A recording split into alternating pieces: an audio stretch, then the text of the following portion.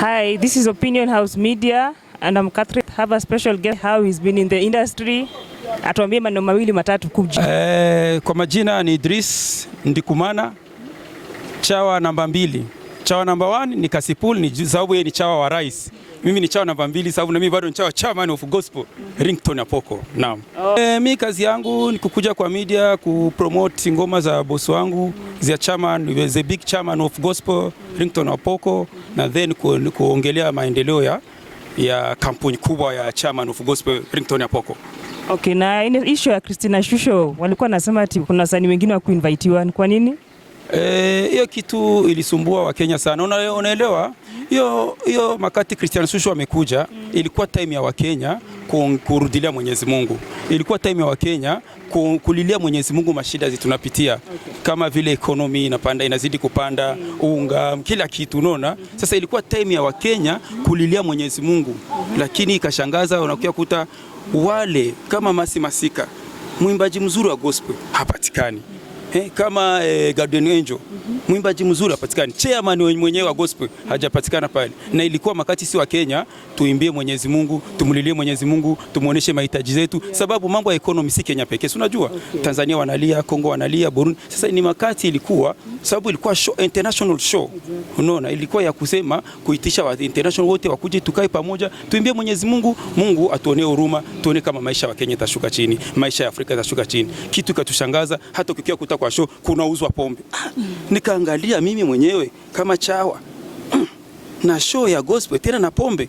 Hizo vitu unaona, tunataka hiyo show irudiliwe, wa Kenya tuingie pamoja, tulilie Mwenyezi Mungu, at least tuone kama maisha yetu ya Kenya itashuka. Sasa show irudiliwe as soon as possible, 31st of 2024. Haijalishi wakati yote. Unajua show ni show. Hakuna time ya kuomba Mungu. Una time ya kuomba Mungu?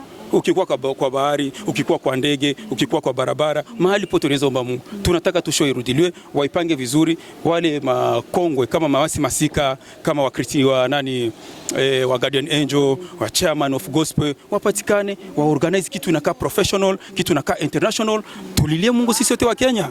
Si ndio? Unajua sisi tunakuwa kimoja kia nguruwe watoto 100. Sasa sisi tunapigaga ngoma moja inaenda miaka 2, miaka 3, miaka 4. Tunawapigia sasa ngoma 2 kwa mfululizo. Tuna Christina Shusho tunapiga naye collabo, tuna Rosamwando tunapiga naye collabo. Maana ngoma moja mnaisikia miaka 2, ngoma nyingine miaka 2. Maana yake mtu ngoje tunawapigia ngoma 2, tutapata tena after 2 years. Inatoka immediately zote at the same time, Si ndio nakwambia kimoja kia nguruwe watoto 20. Maana yake kimoja kia nguruwe watoto 200. Yeye tunapiga wewe utaona tu. Lakini hii mwezi, si mwaka, hii mwezi tunakuja na moto, tunawasha moto. Si ngoma zetu si zile za moto ya makaratasi. Eti moto ya makaratasi, unaona moto ya makaratasi kwa shu dakika 2 nazima.